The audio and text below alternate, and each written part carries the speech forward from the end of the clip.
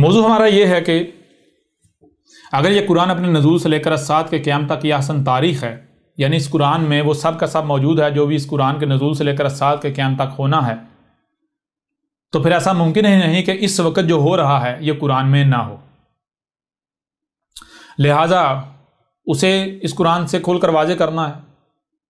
Number 2, जब कुरान से ये बात वाज़े हो जाएगी कि इस वक्त हम किस वक्त में मौजूद हैं, जब कुरान हमें ये याद दिला देगा, तो फिर इसके बाद क्या होना है, इसके आगे क्या होने जा रहा है, चूंकि वो भी कुरान में मौजूद है तो वो खुद ब खुद वो भी समझ आ जाएगा, कुरान वो भी खोलकर वाज़े कर देगा। लिहाजा इसे खोलकर वाज़े करना है। फिर इसके अलावा ये सवाल किया जा रहा है, ये पूछा जा रहा है कि अहमद ईसा, आप जो बार बार कहते हैं कि इस कुरान में सबसे ज़्यादा आपका जिक्र है, इस कुरान में ये जो कुरान है आधे से ज़्यादा आपकी तारीख़ पर मबनी है या आपके ज़िक्र पर मबनी है, इसमें आपका ज़िक्र है, तो फिर आप उसको इस कुरान से हमारे सामने खोलकर क्यों नहीं रखते। इसी सिलसिले की पहली नशिस्त थी जो इसका यूँ समझिए इब्तदाइया था। इसके लिए, इस नशिस्त के लिए आपको प्रिपेयर करना था ताकि ये जो आगे जो सिलसिला हम शुरू करने जा रहे हैं उसके लिए आप ज़हनी तौर पर तैयार हो जाएं, ताकि आप आसानी से आगे जो हमारी अब नशिस्तें होनी हैं इनको समझ सकें। और अब जबकि वो नशिस्त हो चुकी, वो मरहला गुजर चुका, अब हम जो है इसी सिलसिले की दूसरी एपिसोड का जो है आगाज़ करते हैं। तो अब सबसे पहले हम ये डिटेल के साथ ये वाज़े करेंगे कि ये कुरान क्या है।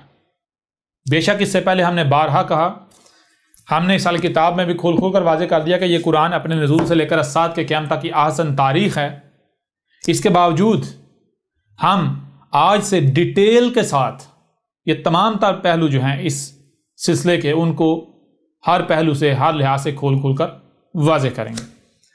लिहाजा अब आएँ सबसे पहले इस बात के ऊपर कि ये कुरान जो है, ये कुरान क्या है।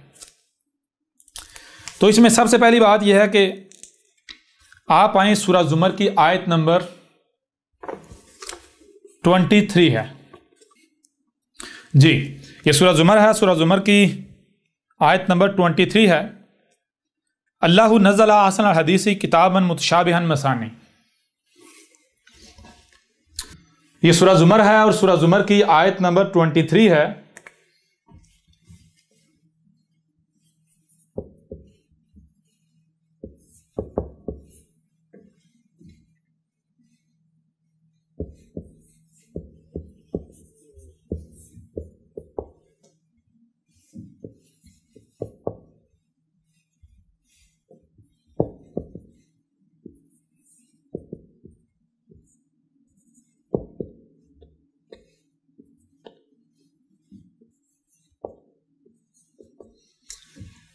अल्लाहु नज़्ज़ला अहसन हदीसी किताबन मुतशाबिहन मसानी।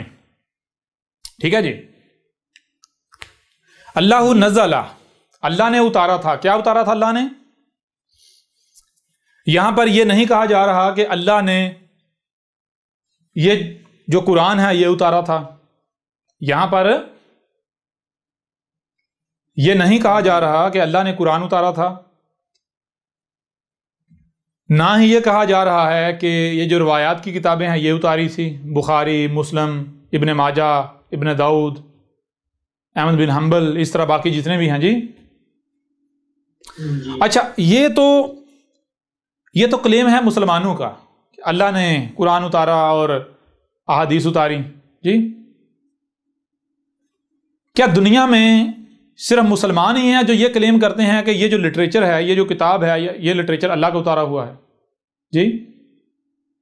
क्या दुनिया में सिर्फ मुसलमान वाहिद ऐसी कौम है? नहीं। और कौन सी कौमें हैं? मिसाल के तौर पर आप ले लें, ज्यूज को ले लें, जिन्हें आप यहूदी कहते हैं, ज्यूज जी।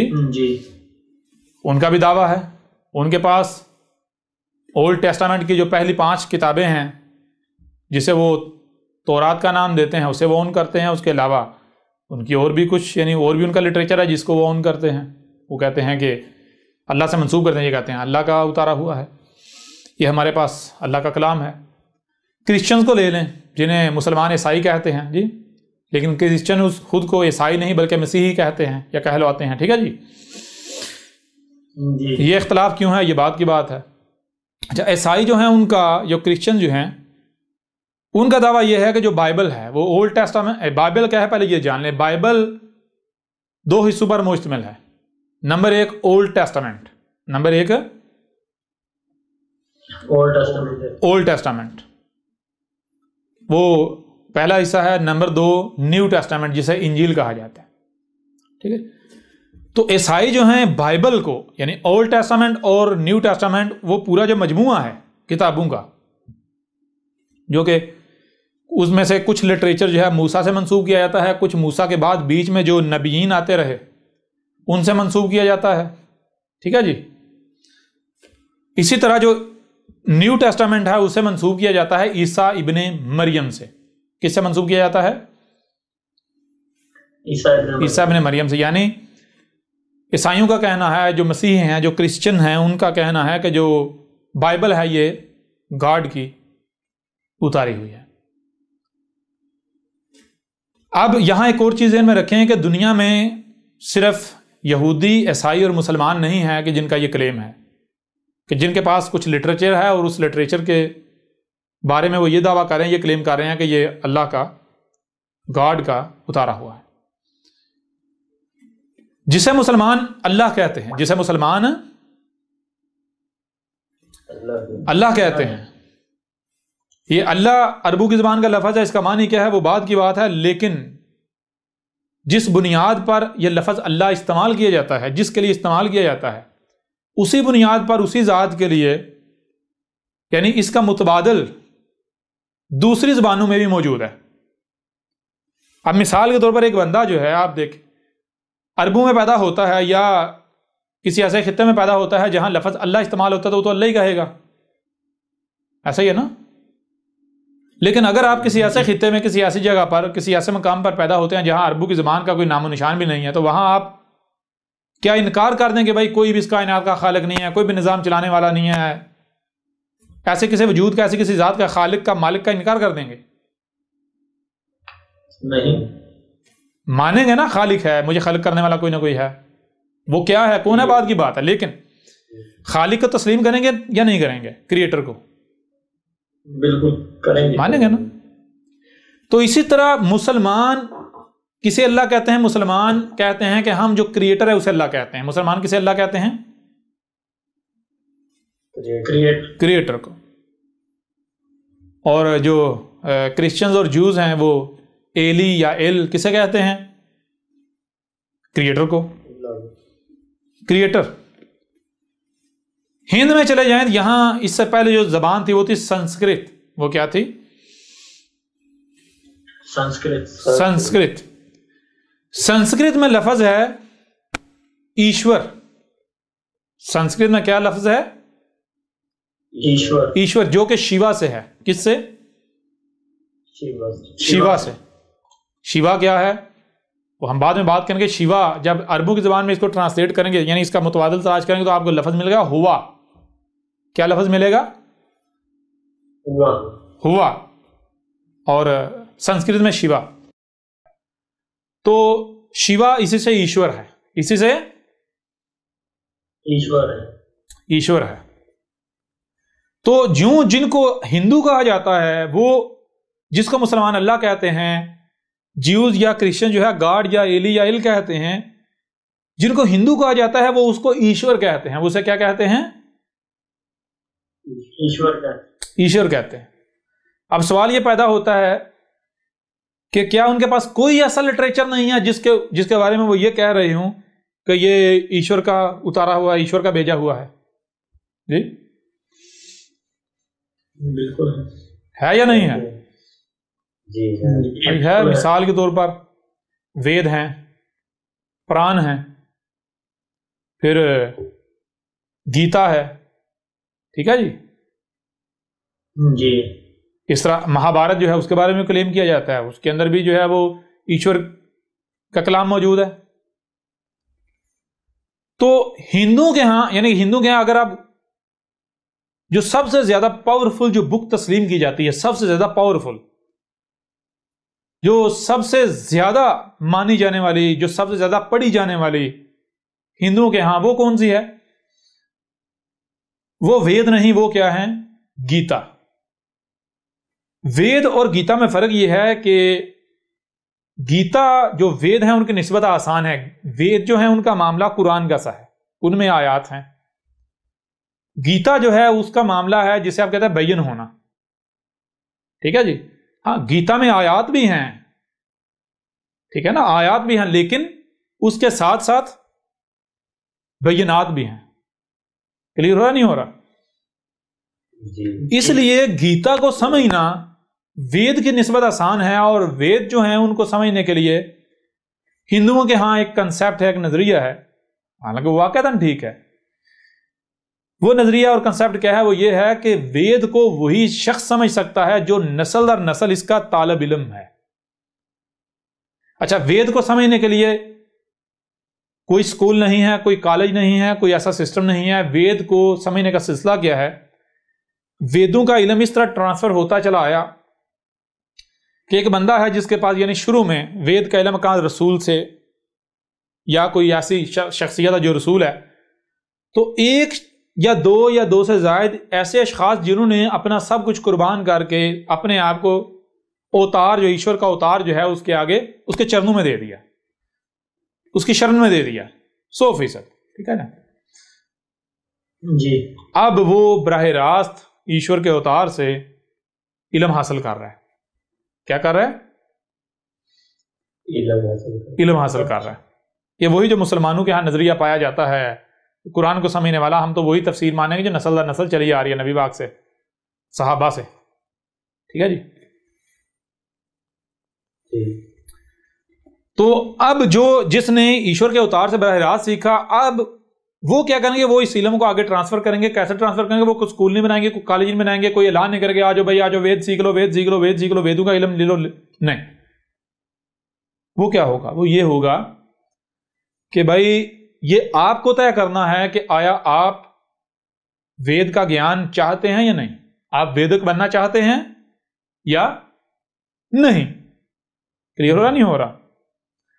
आप वेदक बनना चाहते हैं या नहीं? अगर आप वेदक बनना चाहते हैं तो फिर आपके ऊपर लाजिम है कि आपको दुनिया तर्क करना पड़ेगी। आपको दुनिया तर्क। इसकी वजह क्या? इसकी वजह यह है कि अगर आपने कहा कि मैं दुनिया और वेद दोनों को साथ लेकर चलूंगा, तो फिर दुनिया आपको वेद में मिलावट करने पर मजबूर कर देगी। यानी आप वेद को बेच डालेंगे, आप वेदों को बेच डालेंगे, आप उस इल्म से दुनिया कमाना शुरू हो जाएंगे, उस इल्म का मिस यूज होना शुरू हो जाएगा। क्लियर हो रहा नहीं हो रहा?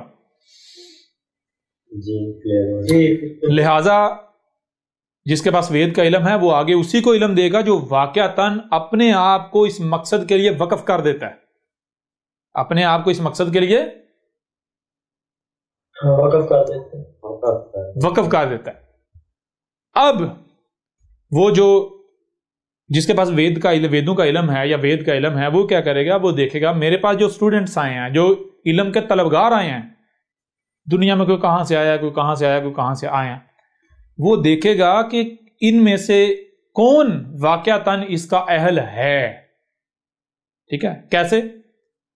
वो ये नहीं कहेगा, जबान से नहीं कहेगा कि भाई तू इसका अहल नहीं है, तू भाग जा, तुझे तो मैं इल्म नहीं दूंगा, तू इसका अहल नहीं है, भाग जा। नहीं, वो क्या करता है? सबसे पहले वो करेगा तज़किया। सबसे पहले क्या करेगा? तज़किया। अब तज़किया किससे होता है?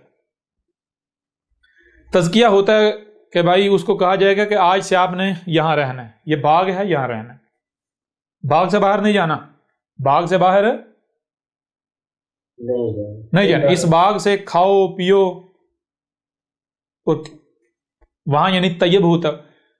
अब उसको लगा दिया जाता है महीना 2-3 महीने इसी काम पर, महीना 2-3 महीने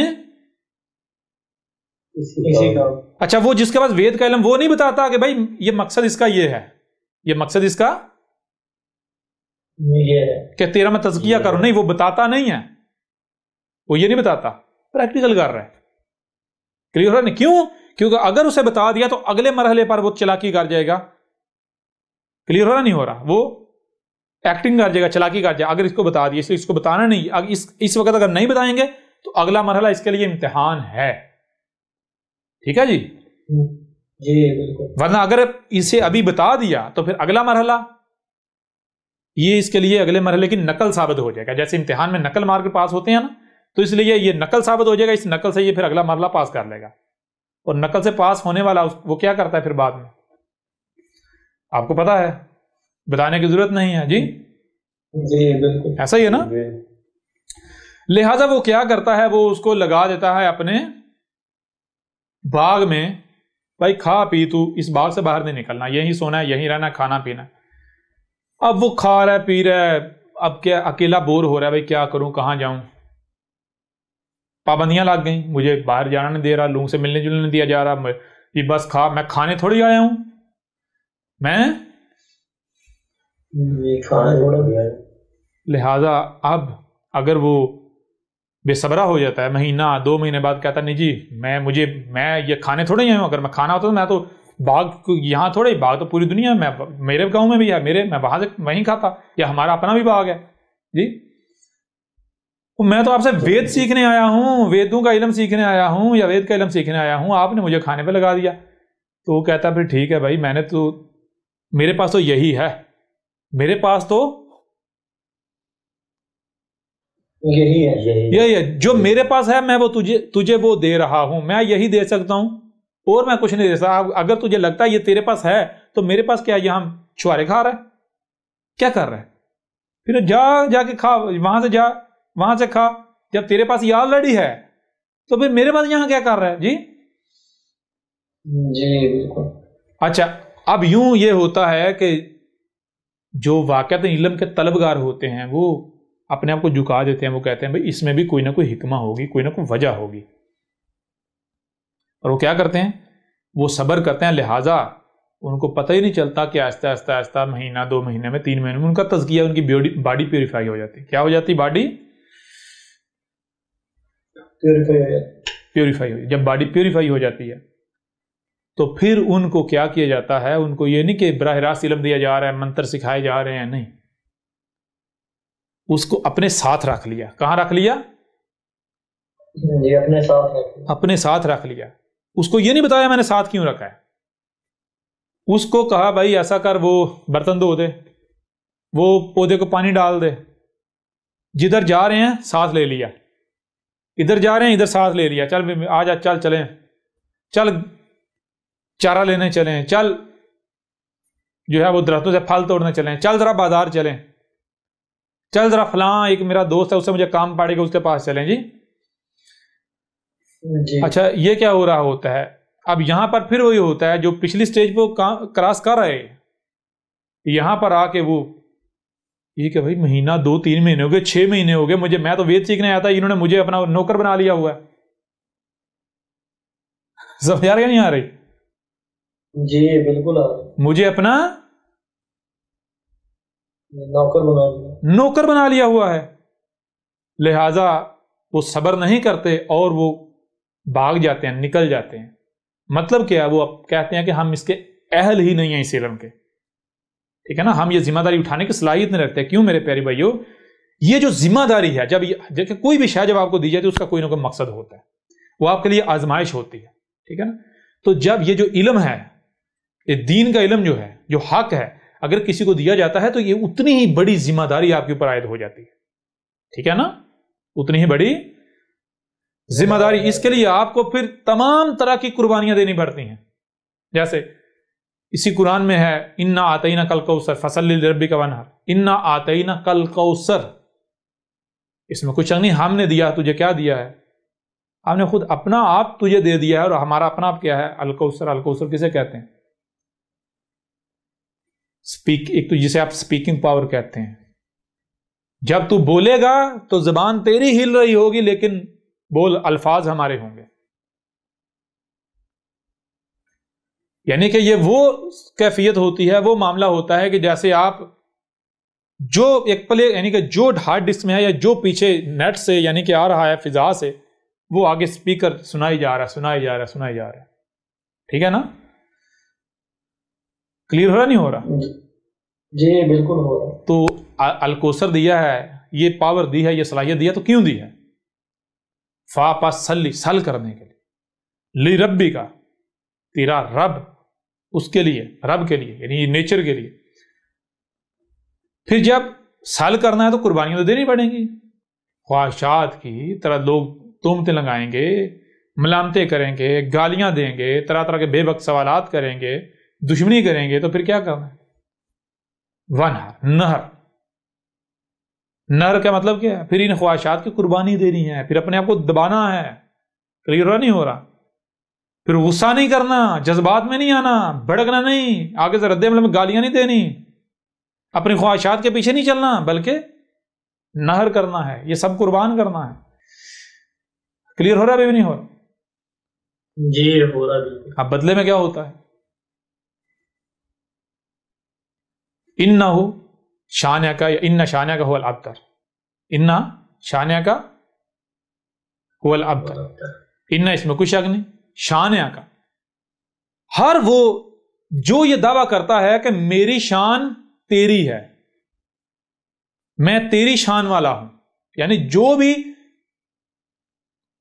अपने आप को तेरे मुकाबले पर डिक्लेयर करता है, अपने आप को इस शान वाला डिक्लेयर करता है, तो उसके लिए क्या है? हुवल अब्द। वो जितने भी हैं और हर एक के लिए क्या है?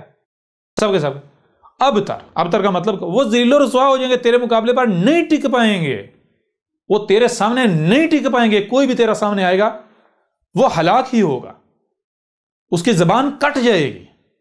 क्लियर हो रहा नहीं हो रहा?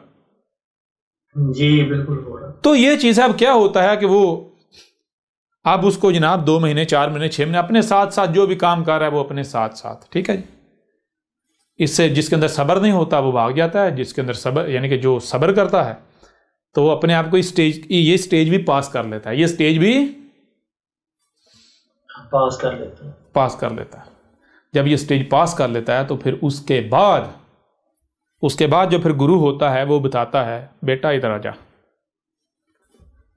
देख जो पहला जो मैंने तुझे बाग में रखा था, क्यों रखा था? वो रखा था तज़किये के लिए। सबसे पहला काम जो भी हक का, हिदायत का तलबगार है, सबसे पहला काम उसने क्या करना है? अपना तज़किया करना है, अपनी बॉडी को प्योरीफाई करना है।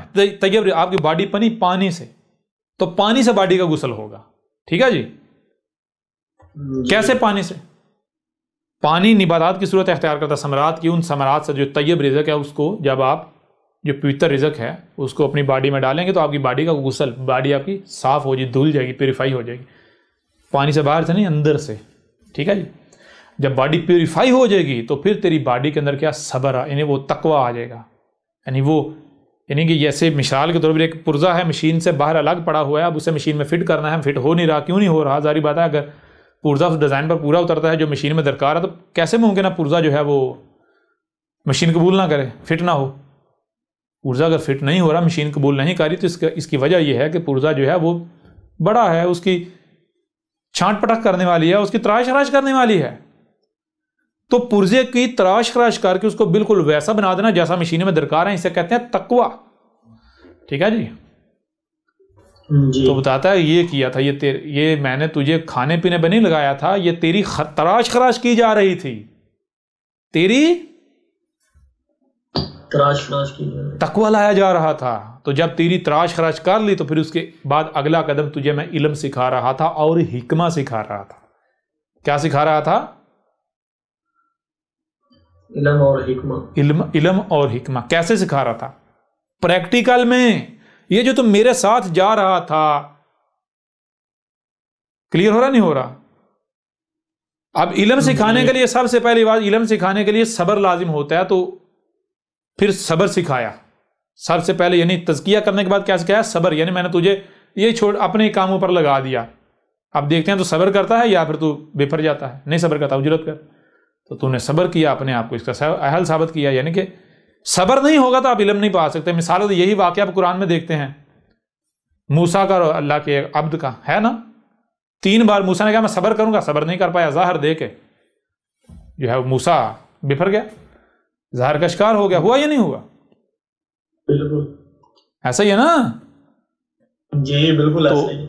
इल्म हासिल करने के लिए सब्र लाजिम है, ठीक है। तो वो जो मैं तूने इधर उधर कामों पे लगाया था, ये तेरे सब्र का इम्तिहान था, या तू सब्र करता है या फिर नहीं। तो तूने क्या किया, ये तुझे सब्र सिखाया जा रहा था। ठीक हो गया, क्लियर हो गया, ही नहीं हो गया? तेरे अंदर स्टेबिलिटी जो होती है वो लाई जा रही थी, तेरे अंदर जो है वो तवाज़न लाया जा रहा था, ठहराव लाया जा रहा था, सब्र लाया जा रहा था जी।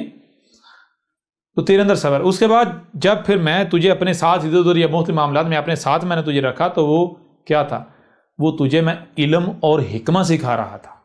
कैसे? प्रैक्टिकल में मैं तुझे दिखा रहा था मैं कैसे लेन देन करता हूं, मैं कैसे पेश आता हूं, मेरा किरदार क्या है। क्लियर हो रहा नहीं हो रहा? किसके साथ क्या करना है क्या नहीं करना जी। जी बिल्कुल। तो इल्म हो। अब जब तेरे ऊपर यानी वो सारा कुछ यानी वो तुझे इल्म दे दिया गया, अब मैं तुझे रियलाइज कराता हूं कि तूने ये सारा सीख लिया है या नहीं सीख लिया। तूने ये सारा सीख लिया है, सीख लिया या नहीं सीख लिया।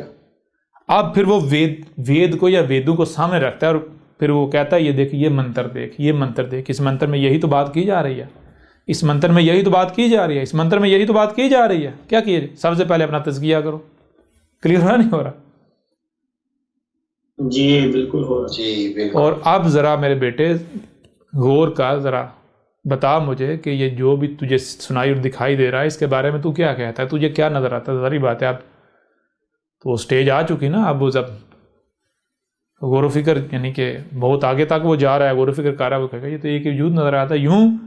तो वो क्या कहेगा? वो कहेगा मेरे बेटे ये जो औराक पे ऊपर औराक पर लिखा हुआ है ना, जो औराक के ऊपर स्याही से लिखा हुआ है, जो औराक से स्याही पर लिखा हुआ है, स्याही से औराक के ऊपर डाला हुआ है, उतारा हुआ है, इसको अगर समझना है तो पहले ये कायनात इसे समझ, ये वजूद इसे समझ। क्यों? क्योंकि ये कायनात को ही आयात की मंत्र की सूरत में, मंत्रों की सूरत में ये वेदों में उतारा गया है। ठीक है जी? जबरदस्त जी उस्ताद। क्लियर हो रहा नहीं हो रहा? जी उस्ताद बेहतरीन। तो जो ईश्वर के अवतार आए उन्होंने क्या किया मेरे बच्चे, मेरे बेटे, उन्होंने जो भी ईश्वर का अवतार आया उसने पहले सामने कोई किताब नहीं रखी, कोई इंसानी या बशरी हाथों से लिखा हुआ स्याही से कागजों पर, औराक पर, किताब पर उतारा हुआ लिटरेचर सामने रख के तो उसको समझने के दावे नहीं किए कि मुझे हक समझ आ गया। नहीं, हर ईश्वर का जो अवतार है, हर ईश्वर का जो अवतार है, उसने क्या किया? उसने कहा यहां से शुरू करो। तुम्हें सुनने के लिए कान दिए गए, देखने के लिए आंखें दी गई, जो सुनाई और दिखाई दे रहा है उसे समझने की सलाहियत दी गई।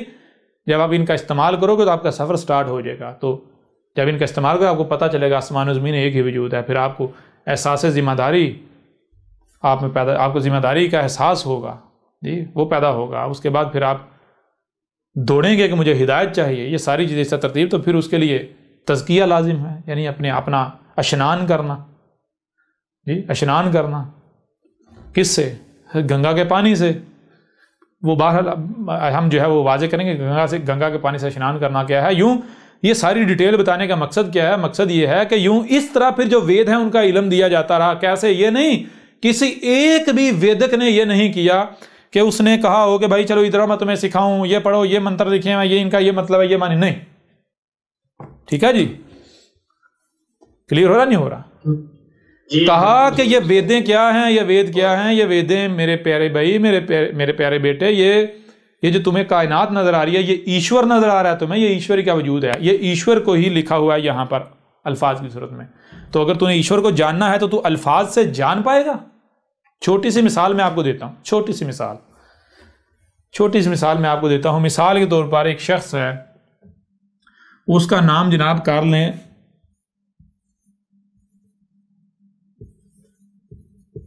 ये क्या लिखा मैंने? राहुल, RAHUL, राहुल। ठीक है जी? और एक और बेशक कर लें आप, यहां पर आप जो है कर लें जनाब इमरान कर लें। ठीक है जी? इमरान कर लें, या ये तो दूसरा ही कर लेते हैं, ऐसे कर लेते हैं। ठीक है जी? ये ठीक है जी। जी इमरान कर लें, राहुल करें या इमरान कर लें। मैं आपसे पूछता हूं, ये लिखा हुआ है, क्या लिखा हुआ है? राहुल। ये क्या लिखा हुआ है? जी राहुल। राहुल। मैं आपसे पूछता हूं, बताएं राहुल का रंग क्या है?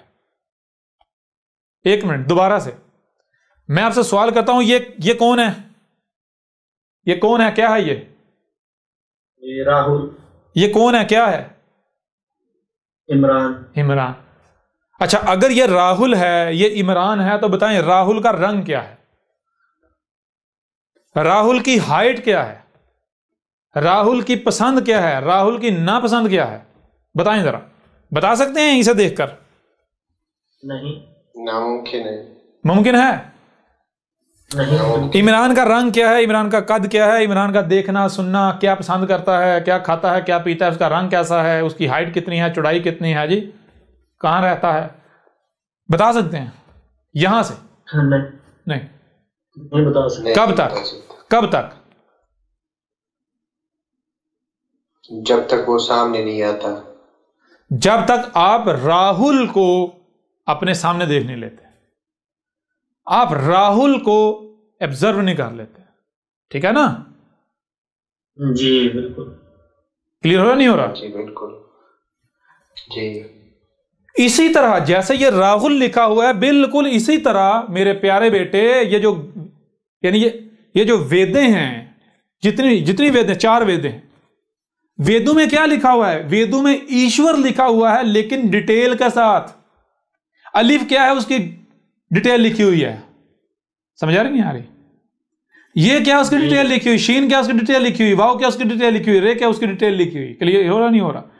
ये जो वेद है या वेदें हैं, ये वेदों में क्या है? ये वेदों में ईश्वर लिखा हुआ है। क्या लिखा हुआ है? ईश्वर लिखा हुआ। ईश्वर लिखा हुआ है वेदों में। ईश्वर लिख। तो मुझे मेरे प्यारे बेटे, मेरे भाई, तू खुद ये बता कि अगर यहां पर राहुल या ईश्वर ही लिख दो, यहां ये जनाब ईश्वर लिख दो, ठीक है जी,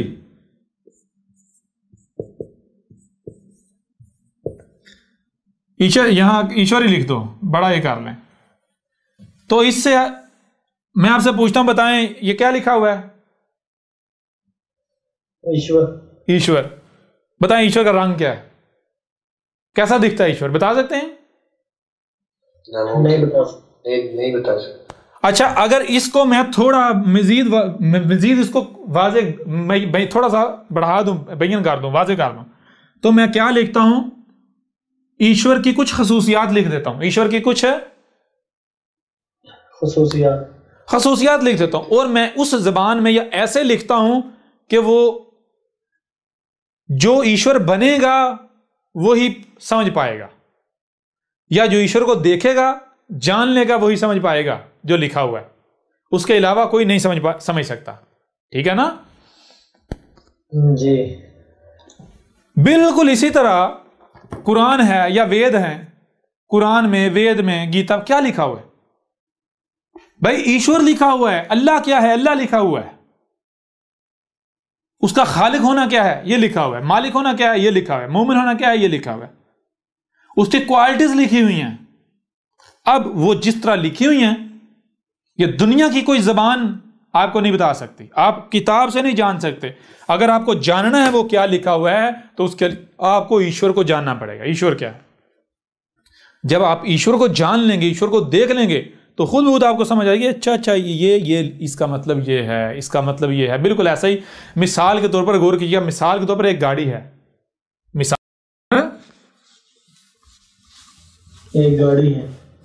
एक गाड़ी है, ठीक है जी, ये बस ऐसे ही कर रहे हैं, ये गाड़ी है एक, ठीक है जी। अब क्या होता है, ये गाड़ी बाहर से तो नजर आ रही, बाहर से तो नजर आ रही, अंदर इसके कौन कौन से पुर्जे हैं, कैसे हैं, उनका डिजाइन क्या है, उनकी रंगत क्या है, उनका फंक्शन क्या है, वो आपको नहीं पता, कि छुपे हुए हैं ना, इसलिए पता होगा, ये पता होगा? नहीं पता नहीं पता होगा।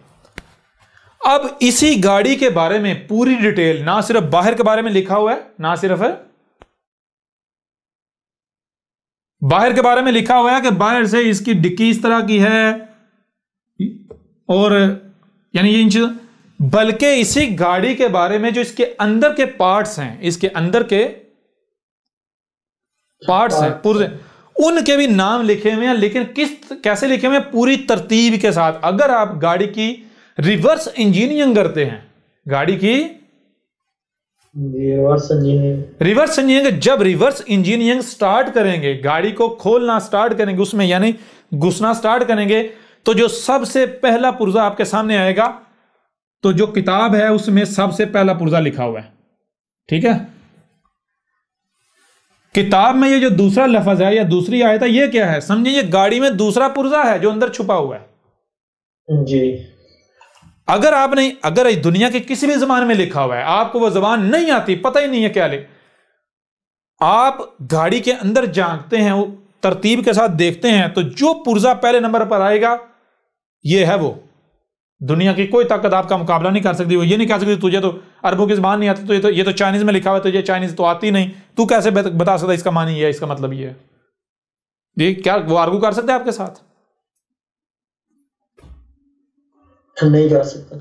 जब आप गाड़ी की रिवर्स इंजीनियरिंग करेंगे तो गाड़ी के बारे में, जो गाड़ी के अंदर के बारे में, हर पुर्जे का बारे में लिखा हुआ है, हर पुर्जे का नाम लिखा हुआ है, तो बेशक आपको जबान नहीं आती, आप तरतीब देखेंगे, भाई ये देखें ये लिखा हुआ है, उस जबान में लिखा हुआ है जो जबान आपको नहीं आती। आप देखते हैं ये कितने नंबर का लफ्ज है? 1 2 3 4 5, अच्छा 5 नंबर लफ्ज है, तो ये मतलब ये गाड़ी, ये पांचवें नंबर वाला पार्ट है गाड़ी का। जब रिवर्स इंजीनियरिंग करेंगे तो अब गाड़ी के अंदर देखें कि 5वें नंबर पर कौन सा पार्ट, कौन सी शय सामने आती है। ठीक है जी, क्लियर हो रहा नहीं हो रहा? तो जब वो सामने आएगी तो आपको पता चल जाएगा ये क्या लिखा है। बिल्कुल इस तरह मेरे प्यारे भाइयों, कुरान क्या है? कुरान, हाज़िल कुरान क्या है? वेद क्या है? गीता क्या है? बाइबल क्या है? ये जो कायनात है, ये जो कायनात है, इसको डिस्क्राइब किया है, कागजात के ऊपर लिखा गया है, उसी तरतीब से लिखा गया है जिस तरतीब से कायनात है। अब अगर कायनात की अब रिवर्स इंजीनियरिंग करेंगे, लेकिन रिवर्स इंजीनियरिंग हाथों से नहीं करनी, टांगों से नहीं करनी। रिवर्स इंजीनियरिंग करने के लिए आपको कान दिए, सुनने के लिए, देखने के लिए आंखें दी, सुनाई और दिखाई, तो समझने की सलाहियत दी, फिर उसके बाद दिल। ठीक है जी, जाहिर को देखने के लिए कान और आंखें, और बातिन को देखने के लिए, समझने के लिए दिल दिए गए। तो जब आप इन टूल्स का इस्तेमाल करते हुए कायनात की रिवर्स इंजीनियरिंग करेंगे तो ना सिर्फ आपके ऊपर खुलकर वाज़ेह हो जाएगा कि ये कायनात ही अल्लाह है, ईश्वर है, गॉड है, भगवान है, बल्कि आपके ऊपर वाज़ेह हो जाएगा कि वेद में क्या लिखा हुआ है। एक एक हरफ आपके ऊपर वाज़ेह हो जाएगा। क्लियर हुआ? अभी नहीं हुआ जी? बिल्कुल। तो यूं वो कहता है, मेरे बेटे ये था मेरे पास और ये है कुल का कुल, इसके आगे कुछ नहीं है, अब तू बता तुझे और क्या चाहिए। तो वो कहता है, गुरुजी अब मुझे और क्या चाहिए? अब तो मुझे गुरु दक्षिणा जो है वो देने का वक्त आ गया जी। अब तो मेरी बारी आपको कुछ देने की, आपने तो जो देना था दे दिया, अब तो मैंने आपको देना है। अच्छा, मैंने आपको क्या देना है? मैंने ये देना है कि जिस तरीके से आपने ये जिम्मेदारी निभाई, मैं भी उसी तरह ये जिम्मेदारी निभा के तो मैं यानी कि आपका नाम भी जिंदा रखूंगा। क्लियर हो रहा नहीं हो रहा? जी बिल्कुल जी उस्ताद जी, बिल्कुल। ये अभी भी समझ नहीं आ रही? बिल्कुल समझ आ रही। यहां से फिर आहिस्ता आहिस्ता आश्रम वजूद में आ गए। वो मामला बिगड़ गया ना, जब गुमराही आती गई, मफादात आ गए बीच में, दुनिया आ गई, लालच आ गए, तो ये आश्रम बन गए। यहां तक क्लियर हुआ नहीं हुआ?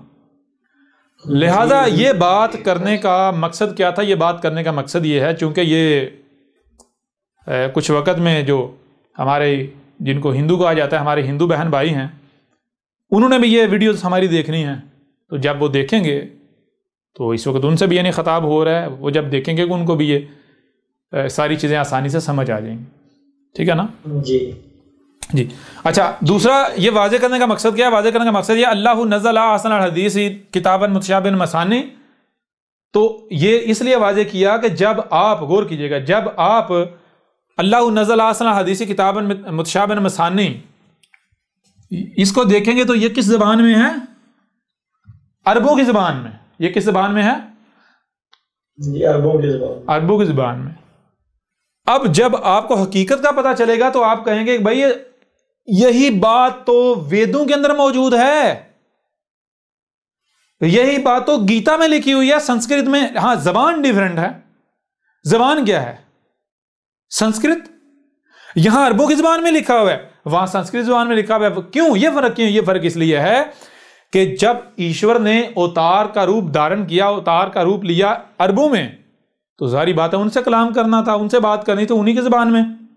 जी जी। और फिर जब ईश्वर आया हिंद में, उस वक्त जब यहां संस्कृत थे, तो ईश्वर ने संस्कृत में यह काम किया, संस्कृत में कलाम किया। जी, संस्कृत में अपने अल्फाज जो है वो आयत की सूरत में और आग के ऊपर डाले। क्लियर हो रहा नहीं हो रहा?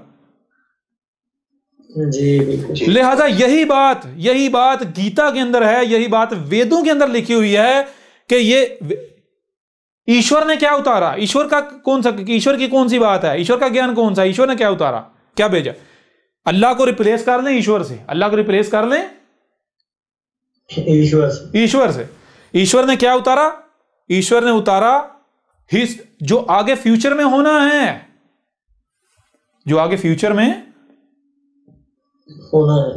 है। वेदों के अंदर क्या है? वेदों के अंदर लिखा हुआ है आगे फ्यूचर में ये हो रहा है, ये हो रहा है, ये हो रहा है, ये हो रहा है, ये हो रहा है। अब भाई समझ नहीं आ रही है क्या हो रहा है। आप ज्यादातर क्या किया जाता है, जनाब आप क्या करो, मैं तो भाई वेद सीख रहा हूं। कितनी सीख रहा है? 1 2 3 या 4? भाई मैं तो चतुर्वेदी बनूंगा। अच्छा 4 सीख रहा है तू? भाई मैं तो त्रिवेदी बनूंगा। अच्छा 3 सीख रहा है। जी समझ आ रही नहीं आ रही? जी। त्रिवेदी बन रहे हैं, चतुर्वेदी बन रहे हैं। मकसद क्या है? मकसद ये है कि भाई भविष्यवाणियां करेंगे। क्या करेंगे? भविष्यवाणियां यानी पेशीन गोइयां। क्या मकसद है? पेशीन गोइयां करना। अच्छा मैं आपसे सवाल करता हूं, वेदों को सीखना इस मकसद के लिए कि मैं पेशीन गोइयां कर सकूं, इसका मतलब क्या है? वेदों में क्या है? वेदों में फ्यूचर है। जी समझ आ रही है? नहीं आ रही? जी बिल्कुल आ रही। वेदों में क्या है? जबरदस्त फ्यूचर है। क्लियर हो रहा नहीं हो रहा? अच्छा जी बिल्कुल। अल्लाह नज़ल आसन अल हदीस, आसन अल हदीस ही वही फ्यूचर, आसन अल हदीस ही।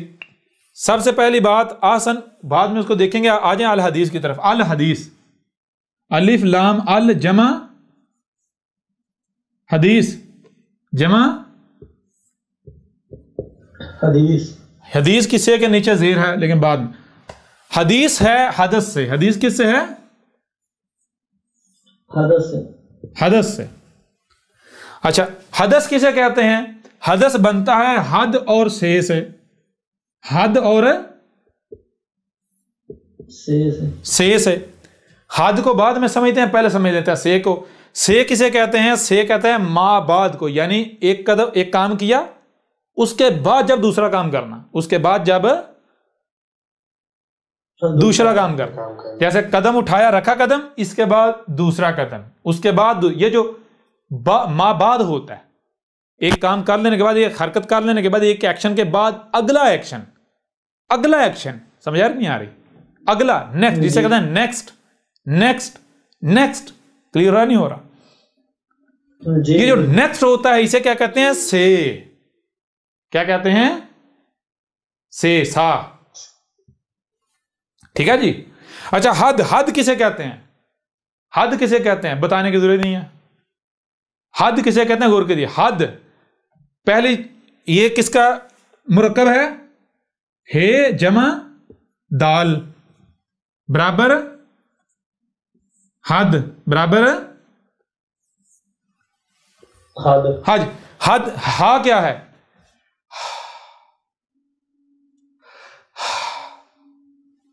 अपने आप में होना, पुरस्कून फीलिंग, यानी बिल्कुल मतवाजन, बैलेंस, बिल्कुल, यानी कि वो पुरस्कून जिसे कहते हैं। क्लियर नहीं हो रहा? जी बिल्कुल हो रहा। जी बिल्कुल। अच्छा ये कहां आपको मिलेगा? कायनात में। आप देखें कायनात में जब हर शय अपने अपने मकाम पर है, तो वो क्या है? वो हा है। वो क्या है? हाँ है। हा है। लेकिन कितना हा है? वो यानी कि वो हा हा हा हा हा हा हा हा हा हा की कोई हद ही नहीं है, लेकिन हा से शुरू हो रहा है, हा और हा और हा और हा और हा। क्लियर हो रहा नहीं हो रहा? जी बिल्कुल हो रहा। यानी आसान कर लें, आसान कर लें, गौर करें, आसान कर लें। एक मूवी है, जदीद दौर की मिसाल, एक वीडियो है, वीडियो के अंदर आप देखते हैं वीडियो चल रही होती है, उसके अंदर जो वो इंतशार होता है सारा कुछ, ये ऐसे ऐसे हरकतें है ना, जी बिल्कुल। वाइब्रेशन होती, थरथराहट होती, सारा ये हर चीजें हरकत कर रही हैं। आपने वीडियो के अंदर क्या लेकर आना है? हा लेकर आना है। क्या लेकर आना है? सुकून लेकर आना है। सुकून। अच्छा, सुकून किस में है? सुकून किसे कहते हैं? सुकून, ये सुकून नहीं है, सुकून इसे कहते हैं ये ठहराव होने को, ठहराव। क्लियर हो रहा नहीं हो रहा? जी बिल्कुल हो जी रहा। उस्ताद जी बिल्कुल। सुकून हा कहां आएगा? हा आएगा जब आप उस वीडियो को, अगर वो 25 फ्रेम पर सेकंड के हिसाब से की रेशो से वीडियो बनी है, तो जब आप उस वीडियो को एक एक फ्रेम करेंगे तो वो बन जाएगा हा। क्या बन जाएगा? हाँ। क्लियर हो रहा? अभी भी नहीं हो रहा? जी जी बिल्कुल हो उस्ताद रहा। जी बिल्कुल। कैसा हा? हा के साथ आगे जोड़ रहे हैं दाल। दाल किसे कहते हैं? दाल कहते हैं फिक्स कर देने को, जो शय का मकाम है वहां उसको फिक्स कर देना। हा सुकून को और दाल फिक्स कर देना। सुकून वाली यानी सुकून वाली हालत में ना सिर्फ होना, बल्कि उस हालत में फिक्स हो जाना, ना वहां से आगे जा सकते हैं ना पीछे जा सकते हैं जी। इसे क्या कहते हैं? क्या कहते हैं? हद। हद। हद। यानी मिसाल के तौर पर गौर करें, ये शय है, ये शय है, इसकी हद क्या है? इसकी हद इधर से ये है, इधर से ये है, ऐसा ही है ना? इससे आगे कोई दूसरी शुरू हो जाएगी। क्लियर हो रहा नहीं हो रहा? जी। तो ये देखें, हा प्लस दाल हद, ये क्या है? हा और दाल, हा और दाल क्या बनता है? हा वही सुकून, बिल्कुल सुकून, बैलेंस हर लिहाज से सुकून, और दाल दाल फिक्स करना। ये जो हालत बनती है, ये क्या बनती है? ये बनती है मेरे प्यारे, जिसे आप कहते हैं आसान अल्फाज में फ्रेम रेट। क्या कहते हैं? Frame rate. फ्रेम रेट क्या होते हैं? वीडियो को फ्रेम्स बनाकर देखें, वीडियो, उसके अंदर सुकून नहीं होता है, इर्तियाश होता है, ऐसा ही है ना? ठहराव नहीं, इर्तियाश होता है। अब आपने जब उस वीडियो में ठहराव लेकर आना तो कैसे आएगा? एक एक फ्रेम, एक एक एक्शन, ये है ना, देखें ये एक्शन अलग है, ये अलग है, अगला अलग है, अगला अलग है, अगला अलग। समझ आ रही नहीं आ रही? जी बिल्कुल आ जी रही। उस्ताद जी बिल्कुल। तो आगे आता है से किसे कहते हैं? वही से कहते हैं माबाद को। हद और से, हद और से क्या बनता है? हद से हादासा। हादासा का मतलब क्या बनता है? हादासा का मतलब बनता है, गौर करें, एक एक्शन उसके बाद जो एक्शन होता है, एक एक्शन उसके बाद एक्शन, उसके बाद एक्शन, उसके बाद एक्शन, यानी एक फ्रेम उससे अगला फ्रेम, उससे अगला फ्रेम, उससे अगला फ्रेम, उससे अगला फ्रेम, फ्रेम्स। क्लियर हो रहा? अभी नहीं हो रहा? जी उस्ताद जी जबरदस्त। यूं इसे जब आसान अल्फाज में हादसा के जो आसान अल्फाज में मानी किए जाएंगे, वो क्या बनेंगे? वो बनेंगे कि कुछ भी होता है, कुछ भी होता है, यानी एक्शंस। क्या? एक्शंस। बीज का फटना, बीज का फटना कैसे फट रहा है? वो जितने एक्शंस हैं, हदस। समझ आ रहे नहीं आ रहे? बच्चा पैदा हो रहा है, हदस। हवा चल रही है, हदस। दरख्त बांध रहे हैं, टूट रहे हैं, कट रहे हैं, मिट रहे हैं, मौत हो रही है, ये सारा वजूद में आ रही है कि ये हदस। क्लियर रहा नहीं हो रहा? अच्छा जी। हदस के दरमियान जब ये आ जाए तो ये किसके लिए होता है? जिन्होंने हरूफ तहज्जी पर हमने बात की थी वो नहीं जाना, उसे नहीं देखा, वो हरूफ तहज्जी को जाके देख लें, आगे बढ़ने से पहले जान लें, उनके लिए और आसानी हो जाए। ये के दो मानी होते, एक खुद ही और दूसरा तसलसल। कितने मानी होते हैं ये के? एक खुद ही और तसलसल। और तसलसल। आप देखें जरा, जब हदस जो है, हदस इसमें आगे प्लस जोड़ें ये, तो क्या बनेगा? हदस एक खुद ही आ जाएगी। हदस का अपना अपना ये जो एक्शन है, जो कुछ भी हो रहा है, ये जो कुछ भी हो रहा है, ये इसका क्या? तसलसल के साथ होते चले जाना। ये जो खुद ही तसलसल के साथ हो रहा है, जितने भी एक्शन। अच्छा, मजे की बात जरा गौर करें, आसमानों जमीन में जो कुछ भी हो रहा है, ये खुद ही हो रहा है या नहीं? बिल्कुल खुद ही हो रहा है। जी उस्ताद जी, जबरदस्त, बिल्कुल क्लियर है? नहीं हो रहा? जी उस्ताद जी, बिल्कुल। और तसलसल के साथ भी हो रहा है। तसलसल के साथ खुद ही। आपको लगता है कि भाई इसको ये हवाएं जो है कोई अल्लाह ऊपर बैठा पकड़ के चला रहा है? जी नहीं। आपके खुलिये के अंदर बैठ के कोई दूसरा अलग से बैठ के खुलिये का निजाम चला रहा है, बैठ के खुलिया बना रहा है, नया एक बना बैठा हुआ है, बैठ के बना रहा है जी? या खुलिया खुद ही अपने आप को बना रहा है? गोया के खुद ही हो रहा है। तो यह मेरे प्यारे भैया, हदस से हदीस बनेगा। हदीस का क्या मानी बनता है? हदीस का मानी बनता है ये जो भी एक्शंस हो रहे हैं, जो कुछ भी आसमानों में, ये खुद ही जो हो रहा है, इसका तसल्सल के साथ होना। ये जो तसल्सल के साथ हो रहा है, जो कुछ भी हो रहा है कायनात में, इस वजूद में, अंग अंग में। ठीक है जी? जी। अच्छा, अब सवाल ये बता, अल्लाह नज़्ज़ला अहसनल हदीस, क्या हदीस उतारी यानी हदीस उतारी?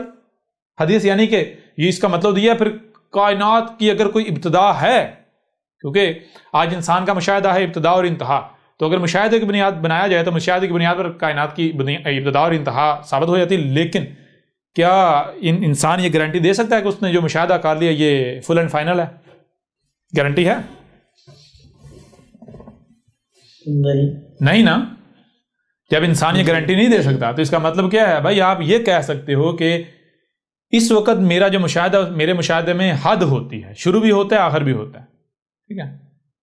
तो अगर कायनात की कोई इब्तिदा है, कोई शुरू है और कोई इंतहा है, तो क्या इसका मतलब यह है कि अल्लाह नज़्ज़ला अहसनल हदीस, कि अल्लाह ने ये कायनात की अगर इब्तिदा है तो इब्तिदा से लेकर अगर कोई इंतहा तक जितने भी एक्शंस हैं, जो भी हो रहा है, हत्ता कि एक पत्ते का टूटने का एक्शन जो है वो भी उतार दिया, सब का सब जी।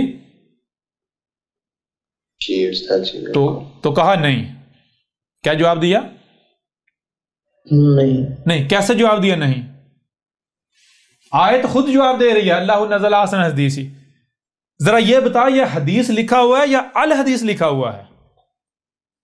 अल हदीस। अगर तो हदीस लिखा हुआ है तो फिर तो ठीक है।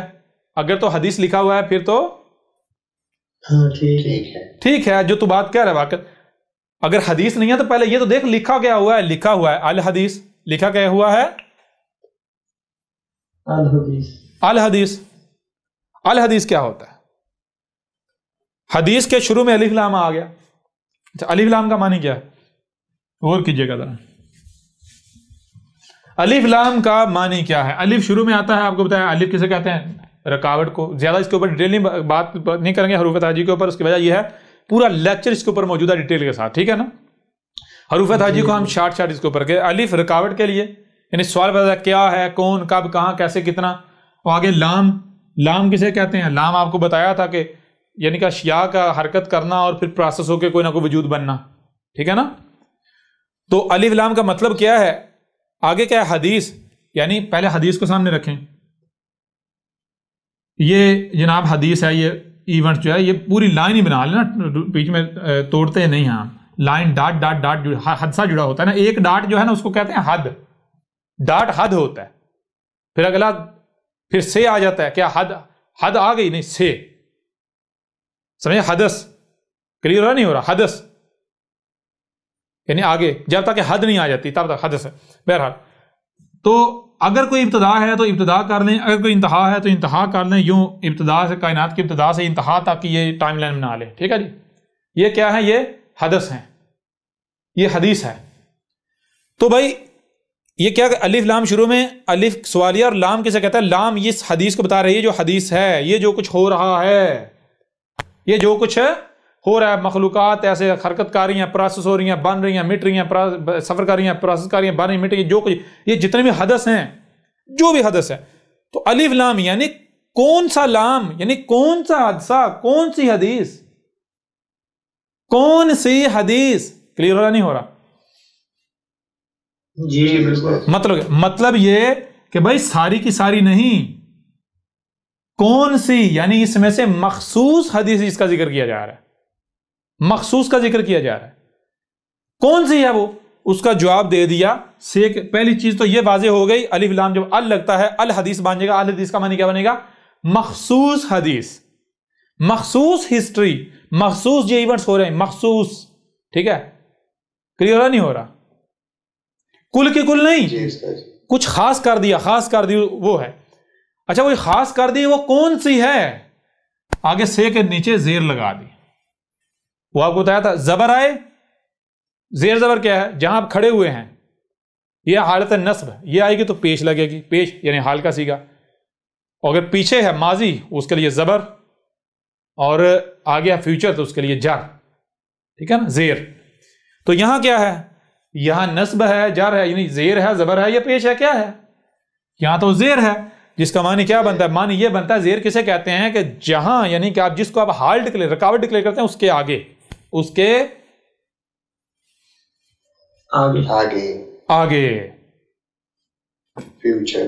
क्लियर हो रहा नहीं हो रहा? जी तो आहसन अल हदीस, गौर करें, आहसन अल हदीस क्या मानी बनेगा? अल हदीस मखसूस हदीस, कौन सी मखसूस? से के नीचे जेर, अल्लाह नज़ला, अल्लाह ने जब उतारा था। ये बाद के बाद इसको क्लियर करेंगे अल्लाह नज़ला का असल मानी क्या है, वो बाद में करेंगे, पहले ये यहीं चलने देते हैं। अल्लाह नज़ला, ठीक है जी, नज़ला जब उतारा था, उतारा था, जब उतारा था तब से, यानी आज से 14 सदी हाज़िल कुरान जब छोड़े इसको भी, वो तो बाद की बात ना, पहले देखा जाएगा वो है क्या, वो कुरान है, गीता है, बाइबल है, क्या है। ठीक है जी। तो जब उतारा था तब से लेकर आगे फ्यूचर तक की मखसूस हदीस, फ्यूचर तक की मखसूस हदीस, तब से लेकर फ्यूचर जो आगे एंड है, जब तक इंसान मौजूद है जमीन पर तब तक, सारी की सारी नहीं, मखसूस अल हदीसी, जब उसे उतारा तब से लेकर आगे फ्यूचर, जब तक इंसान जमीन पर मौजूद हैं तब तक जो है वो मखसूस इवेंट्स जो हैं उनका जिक्र है। मखसूस जो हदीस हैं, तसलसल के साथ इवेंट्स हो रहे हैं, ये यहां से लेकर यहां तक इन इवेंट्स का जिक्र है, फिर आगे चलते जाए, यहां से लेकर यहां तक इन इवेंट्स का जिक्र है, फिर आगे चलते जाए, यहां से लेकर यहां तक इन इवेंट्स का जिक्र है, इस इवेंट का, इसका इसका इस इवेंट का जिक्र है। समझ आ रही है नहीं आ रही? जी क्लियर हो रहा नहीं हो रहा? बिल्कुल। अच्छा आप गौर कीजिएगा जरा। अब पहली चीज ये हो गई अल हदीसी, जो अल्लाह ने उतारा था वो क्या था? पहली चीज क्या साबित हुई? अल हदीसी, जब उसे उतारा था तब से लेकर आगे फ्यूचर में जो कुछ भी होना है उसमें से जो मखसूस इवेंट्स हैं उनका जिक्र है, वो उतारे। ठीक है जी, उनका जिक्र है जी उस्ताद, मखसूस इवेंट्स का, हाँ उनका जिक्र है, वो उतारे। और दूसरी बात, किताबन, एक ही किताब, एक ही कुतब किया हुआ, एक ही किताब, कोई 2 नहीं, कोई 3 नहीं, कोई 4 नहीं, कोई 5 नहीं, कोई 6 नहीं। ठीक है, एक ही। एक ही का मतलब क्या है? आप देखें कि तसलसल है, जब तक रब्त कायम है, तसलसल है तो एक ही है, जहां पर रब्त टूट जाएगा, तसलसल खत्म हो जाएगा तो दूसरी शुरू हो जाएगी। तो ऐसा जितना भी लिटरेचर, जिस लिटरेचर में रब्त कायम है, जो लिटरेचर साबित करता है कि मैं एक ही वजूद हूं, मैं एक ही वजूद की डिस्क्रिप्शन हूं। भाई देखें, कायनात क्या है? कायनात एक ही वजूद नहीं है? जी उस्ताद जी बिल्कुल है, एक ही वजूद है ना।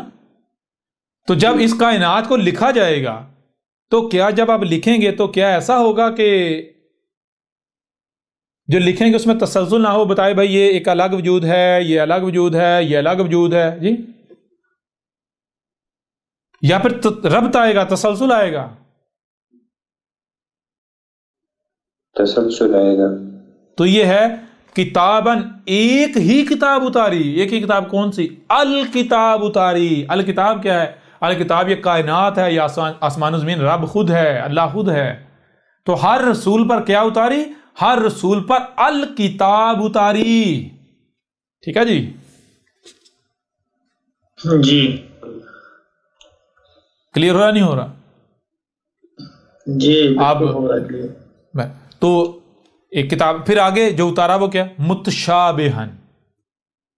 मुतशाबिहन, मुतशाबिहन कैसे? मुतशाबिहन शुबह से। शुबह किसे कहते हैं? शुबह कहते हैं कि आप एक शय अपनी आंखों से देख रहे हैं, हकीकत उसकी वो नहीं है जो आपको आंखों से नजर आ रहा है। मिसाल के तौर पर अब सूरज को अपनी आंखों से देखते हैं कि वो तुलू हो रहा है, ऊपर चढ़ता है, कमान की मान सफर करता है और गुरूब हो जाता है, डूब जाता है।